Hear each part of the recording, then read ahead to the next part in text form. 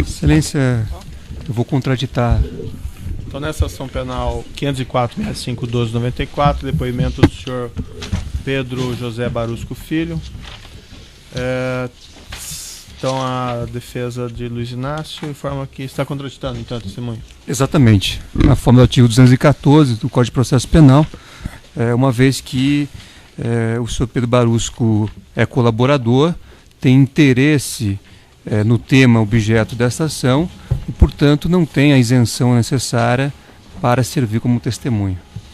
Na linha do que foi fundamentado nos outros casos, remetendo a eles, o colaborador depõe, segundo a lei expressa 12.850, com o compromisso de dizer a verdade, então fica registrada a contradita, mas prossegue-se com a inquirição. Posso só fazer uma colocação, Excelência? Rapidamente, questão de ordem. Se Vossa Excelência vai ouvi-lo como testemunha, eu peço, então, que não seja facultado uma ausência de resposta. Quer dizer, então temos que ouvi-lo sobre todos os fatos, independentemente de alegações que venham a ser feitas no curso do depoimento. Certo, ouviremos ele sobre todos os fatos. Se houver algum problema, resolvemos no momento. Então, o senhor Pedro Barusco. Acho que tinha advogados entrando ali.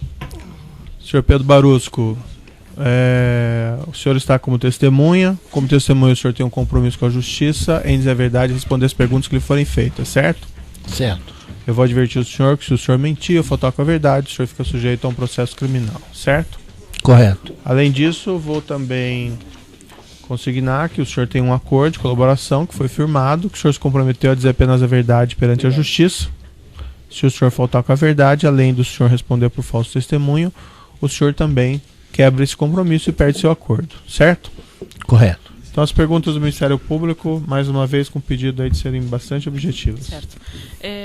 Boa tarde, senhor Pedro Barusco. Boa tarde. Em primeiro lugar, eu gostaria que o senhor narrasse qual o período que o senhor assumiu, em qual ano o senhor assumiu o cargo de gerente executivo de engenharia da Petrobras? Fevereiro de 2003. Certo. E o senhor permaneceu nesse cargo até quando? Até abril de 2011, quando eu também me aposentei. Tá certo. Saí da companhia. Bom, o senhor, nos seus termos de colaboração, o senhor faz referência à existência de um esquema de corrupção, de cobrança de propina no âmbito da diretoria de serviços. Eu gostaria que o senhor nos narrasse brevemente como funcionava esse esquema de propina no âmbito da diretoria de serviços. Bom, como eu já tive a oportunidade de falar em outras ocasiões, era um esquema dentro da diretoria de serviços, tá? Que recebia por alguns contratos de algumas empresas, né, um percentual na faixa de 1 a 2%. Tá?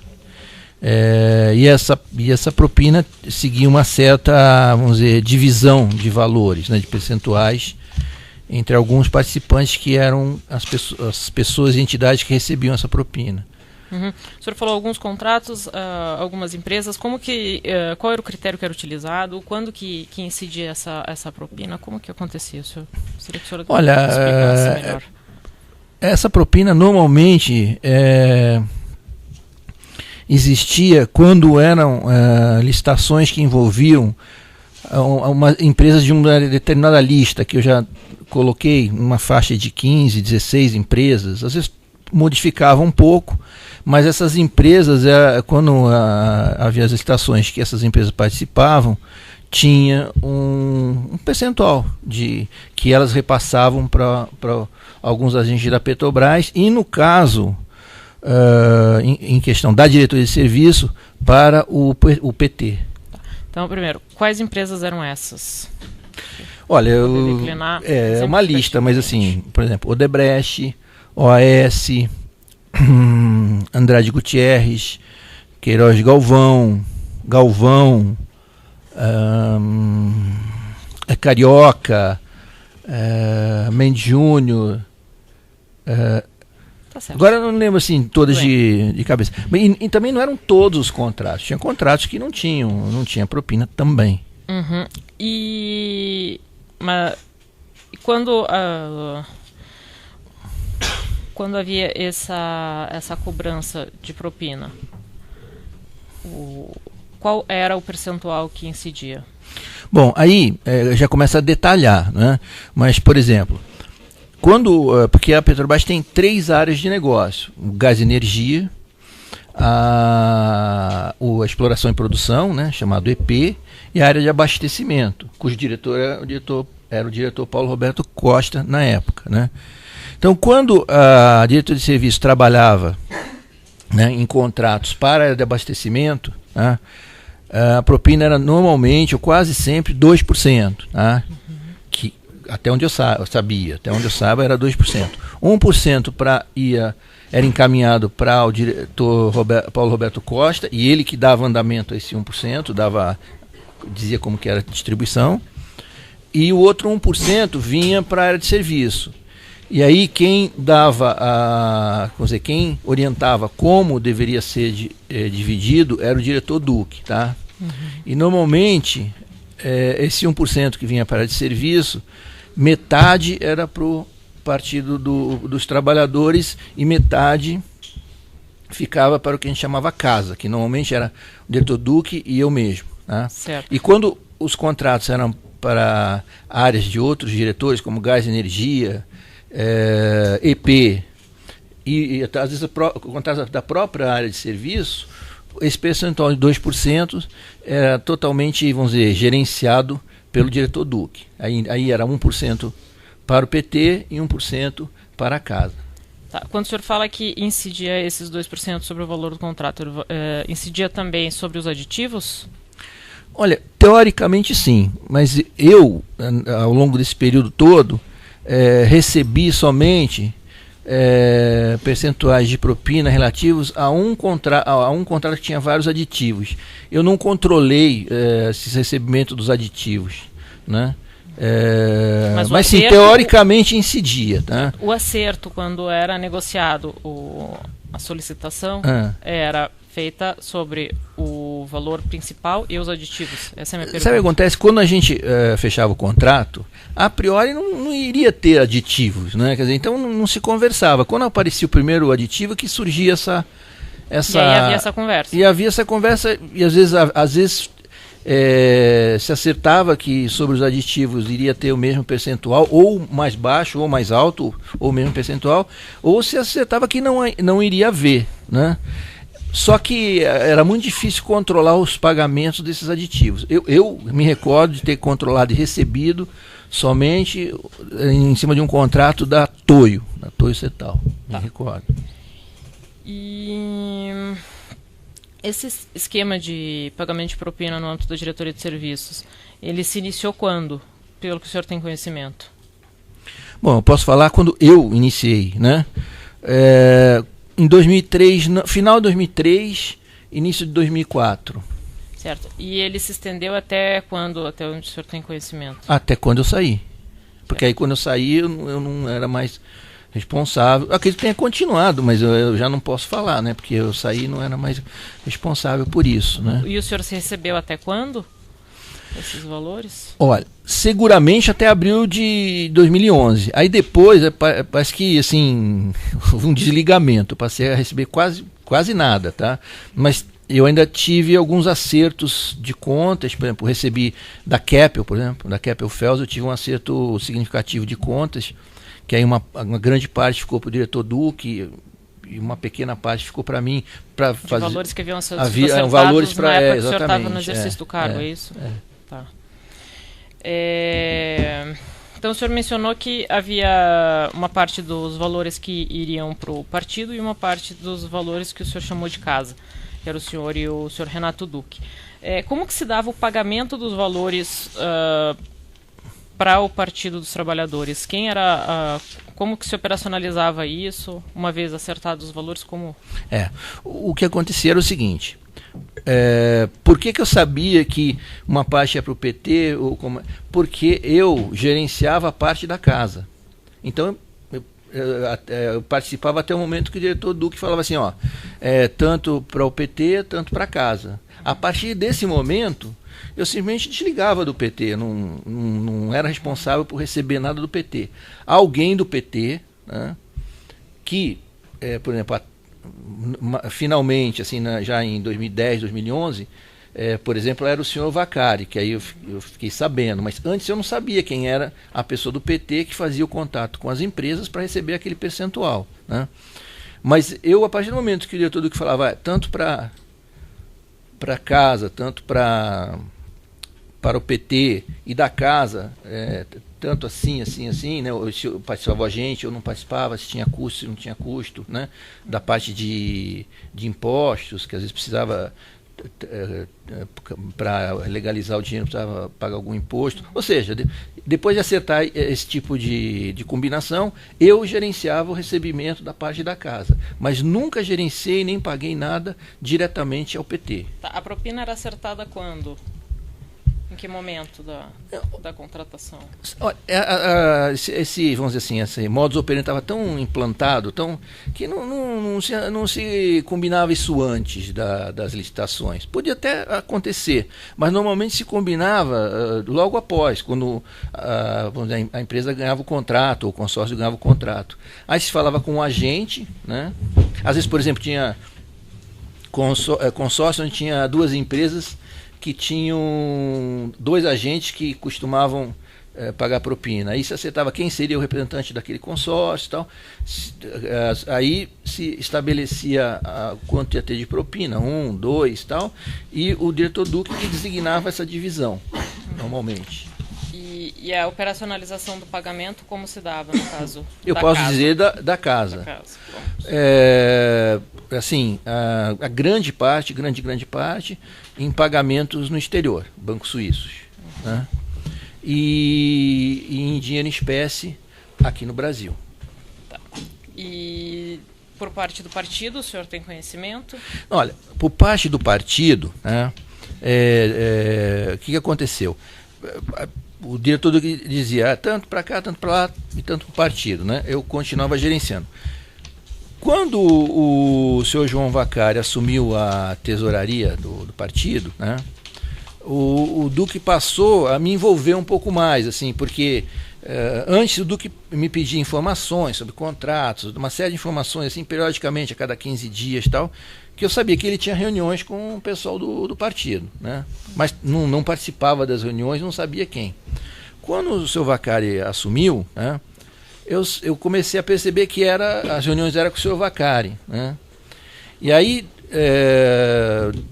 desses esclarecimentos que eu fazia frequentemente para o Duque, ele passou a me levar nas reuniões junto com o Vacari, porque aí eu já esclarecia os andamentos de contratos, coisas que o Vacari queria saber, né? E nessas reuniões era o que? Era conversado quais eram quais os contratos dos quais viriam propina?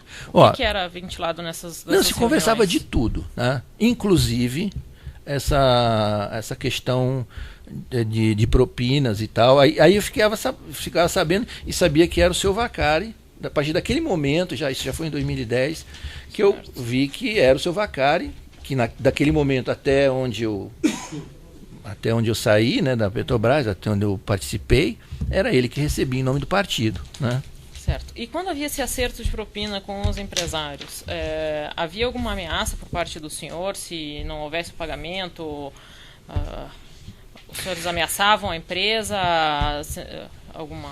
Olha, eu não lembro de ameaça, porque eram as ações eram, vamos dizer, negociais, não havia ameaça. O que havia, né, uma vez negociado, se não houvesse os pagamentos, havia cobrança, né, de coisas combinadas. Mas, assim, por exemplo, eu não me recordo de retaliação, de pressão, esse tipo de coisa. Tá? Eu me recordo até de contratos onde os empresários alegavam que a margem estava muito pequena, que foi... Né? Uhum. Especificamente no caso da empresa OAS, o senhor se recorda quem eram os executivos que tratavam de propina? Agora, então, tem que separar um pouco. Tinha empresas, tá, cujo agente que tratava, vamos dizer, comigo, também tratava com o partido, tá? E tinham empresas que o agente que tratava comigo era diferente, e quem tratava com o partido era outro agente, tá? A OAS, eu tratava com a senhora Genô Medeiros, tá? E acredito que porque eu não tenho certeza, não sabia exatamente como, que o João Vacari tratasse com o senhor Léo Pinheiro, direto. Tá, mas esse acredito do senhor é baseado em quê? Em conversas, em... Alguém relatou para o senhor? O que aconteceu para o senhor acreditar Não, porque o nisso? Vacari conversava com os donos das empresas. Ele tinha normalmente dentro do escalão das empresas uma interlocução um pouquinho superior à minha. Certo.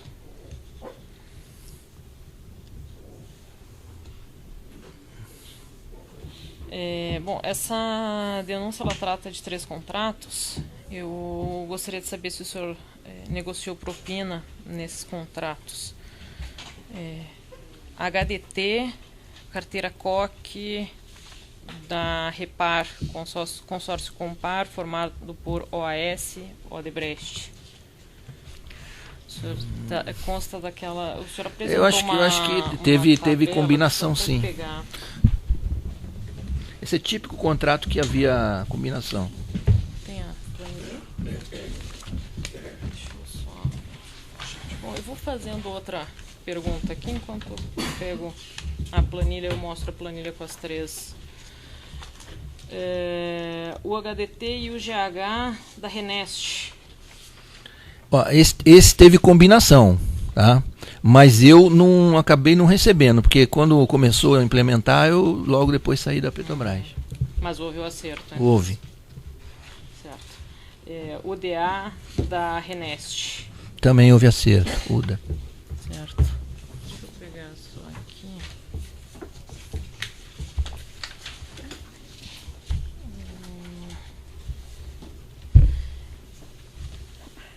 Eu também gostaria de saber da questão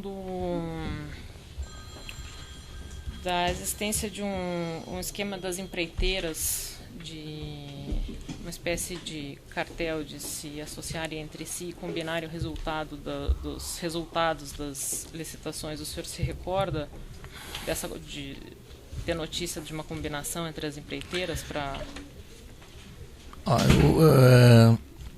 Porque foi uma fase, né, que essa fase que a gente se reporta, de muita atividade, muitos contratos, né?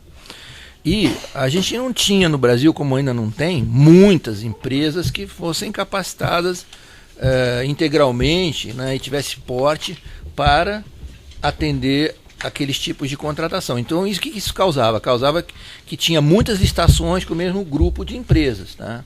E essa facilidade acabou causando, tá, a existência desse cartel. Eu, pessoalmente, né, vivi, né, a primeira fase da Renest, onde foram colocadas 12 licitações ao mesmo tempo, de grandes pacotes, e nessa licitação eu pude perceber claramente a divisão dos pacotes, né, e não só a divisão dos pacotes, foi assim a alta dos preços, né? Porque eles vieram no primeiro momento com preços absurdamente altos, que levou a cancelamento sumário dessas licitações. Houve uma nova rodada, né, que a gente chama de rebid, né? Eles continuaram com preços elevados, né, deixando a gente sem condição de contratar, porque não entrava dentro dos parâmetros da Petrobras. E depois a gente passou um grande tempo, sei lá, uns 6 meses, tentando negociar com cada um dos, vamos dizer, prováveis vencedores, para tentar trazer os preços para dentro das margens, vamos dizer, aceitáveis da companhia, e mesmo assim nós conseguimos chegar só na margem, conseguimos enquadrar, né, dentro da margem, mas muito próximo do limite superior. Tá? Então foi uma briga com o cartel, assim, muito, que a gente pôde sentir a ação coordenada deles, né? Baixava junto, subia junto, todos divididinhos, um em cada... Então, assim, a gente sentiu claramente a existência do cartel, eu pelo menos, nesse exemplo. Isso se repetiu também no Comperge, da mesma forma. Tá certo. Eu localizei aqui a planilha, uma das planilhas que o senhor entregou, referindo às propinas que foram pagas. Pela ordem, excelência. Doutora, poderia indicar qual é o anexo da denúncia? Não, eu não tenho aqui. Acho que é o 4, né? Não, esse aqui é outra ação penal. Eu não tenho, mas tá anexado na ação penal, não me recordo o anexo, doutor. Mas se o senhor quiser, eu mostro pro senhor também, não tem problema.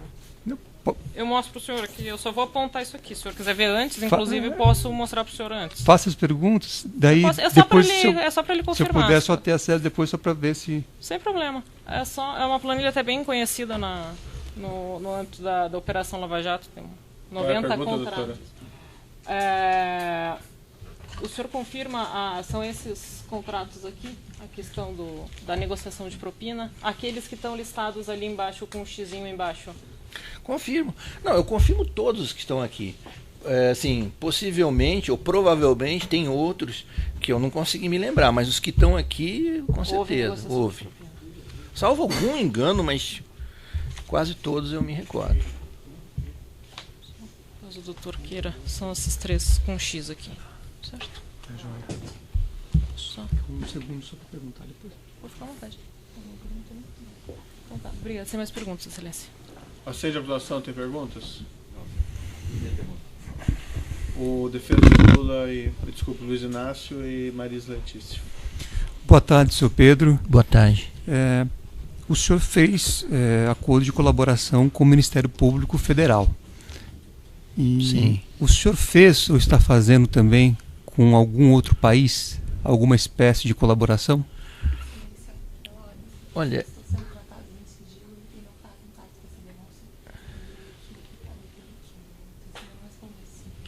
Eu peço para falar no microfone, então pode alcançar o seu... Excelência, esses assuntos sobre acordos fora do Brasil estão sendo tratados em sigilo e, como não fazem parte dessa denúncia, eu pediria que a testemunha não respondesse nesse momento. Então, doutor, ficou prejudicada a questão. Pois é, mas eu... Excelência, eu gostaria de saber, pelo menos, aonde está sendo feito, que corte... a testemunha está sob compromisso de dizer a verdade. A orientação da defesa da testemunha é que ele não fale nada sobre esses fatos? Sim, Excelência, pois estão sendo negociados fora do país, não tem relação com os fatos tratados aqui e requer-se sigilo durante as negociações de qualquer tipo de acordo fora do país. Excelência, esse dado poderia ter sido apresentado antes do senhor Pedro Barusco se apresentar aqui em juízo ou no momento que se apresentou. Agora, como foi definida a oitiva dele como testemunha, a questão volta aqui a ocorrer um cerceamento de defesa, porque não há essa previsão na lei. Certo, doutor, como existe a orientação da cliente, do advogado para o seu cliente, como uma sugestão de que isso pode prejudicá-lo no outro acordo, o juiz vai respeitar essa orientação. Bom, eu vou fazer as perguntas aqui e aí Vossa Excelência dá a destinação que entender cabível, mas eu vou registrar as perguntas que eu gostaria que fossem feitas à testemunha. Então faça, doutor. O senhor, em que país, com qual país o senhor está negociando esse acordo? A testemunha... Isso não existe, esse contato de testemunha dessa forma. Eu tenho que manter sigilo. O senhor está pedindo para quebrar o sigilo? Então está indeferido, doutor, a questão. O senhor pode dizer se o senhor viajou para fazer esse acordo ou se está sendo feito no Brasil? O senhor pode responder seguindo a orientação da sua advogada ou responder da forma como o senhor entender. Diga sim. O assunto é sigiloso, o senhor fica perguntando detalhes do assunto. Assim que for retirado o sigilo, eu não vou ter problema nenhum em responder todas as perguntas. Mas enquanto eu estiver sob sigilo, eu já estive sob sigilo também com esse acordo, né? Tá. Eu sei como eu me comportei antes, vou me comportar da mesma maneira. No momento que for retirado o sigilo, eu vou ter uma maior... Mas eu peço para o senhor responder objetivamente se vai ou não responder a questão, certo? Não, vou manter o sigilo. Tá. Mais alguma pergunta? Algum agente público brasileiro está participando dessas tratativas? Eu vou manter o sigilo, segundo a orientação do meu advogado. O senhor pode dizer se algum dos fatos discutidos aqui nesta audiência são objeto desse acordo de colaboração que o senhor está fazendo? Eu vou continuar mantendo o sigilo. O senhor pode dizer se este acordo se refere a um único país ou o senhor está negociando com outros países também acordos de colaboração? Não é um só, são mais de um. O senhor pode dizer quais são esses países? Não, é sigilo, né? Esses acordos são no âmbito de ações penais ou também se referem a ações indenizatórias?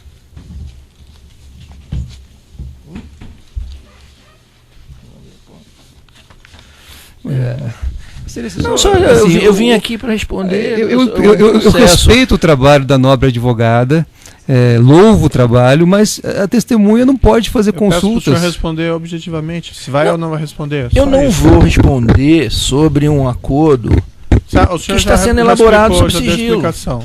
Eu compreendo, doutor Pedro, eu estou, na verdade, fazendo o meu papel, é que há uma situação. Pergunta, doutor, então.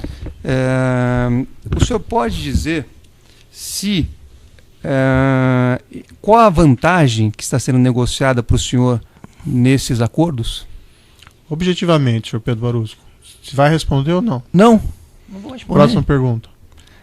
O senhor pode me dizer qual foi a multa compensatória que o senhor negociou com o Ministério Público Federal brasileiro? A multa compensatória? Tá nos meus acordos, já foi. O senhor se recorda? Foi 6,5 milhões de reais. O senhor se recorda qual foi o montante de vantagens indevidas que o senhor obteve durante o exercício do cargo? Bom, eu devolvi tudo que eu recebi lá fora, né? Eu acredito que foi na faixa de 60 milhões de dólares. O senhor devolveu tudo que tinha lá fora e tudo que estava aqui dentro também? Tudo que estava aqui dentro, eu paguei ao senhor Renato Duque ou acabei enviando para fora quando iniciou a Operação Lava Jato. Eu não fiquei com nada. Então, na verdade, o senhor, toda a vantagem devida, o senhor afirma que todas as vantagens devidas que o senhor obteve, o senhor devolveu no acordo que o senhor fez com o Ministério Público Federal? Compensando uma coisa com outra, porque tinha algum dinheiro que eu considerava lícito, mas não deu para separar ali, né? Foi tudo junto. Esses acordos que o senhor está fazendo com outros países prevêem a devolução de valores indevidos também? Isso eu vou manter o sigilo do acordo, porque não foi ainda liberado.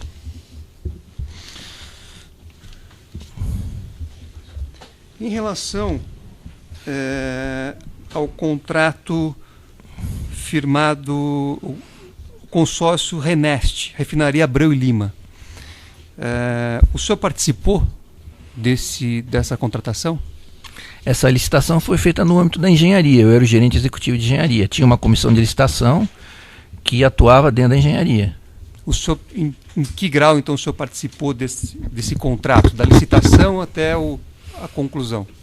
Uma vez o processo concluído, quem encaminhava para a diretoria executiva, se tivesse de acordo, era eu e o gerente executivo da área do abastecimento. Quantas pessoas participavam de uma contratação como essa dentro da Petrobras? Uma estimativa, ordem de grandeza. É uma coisa...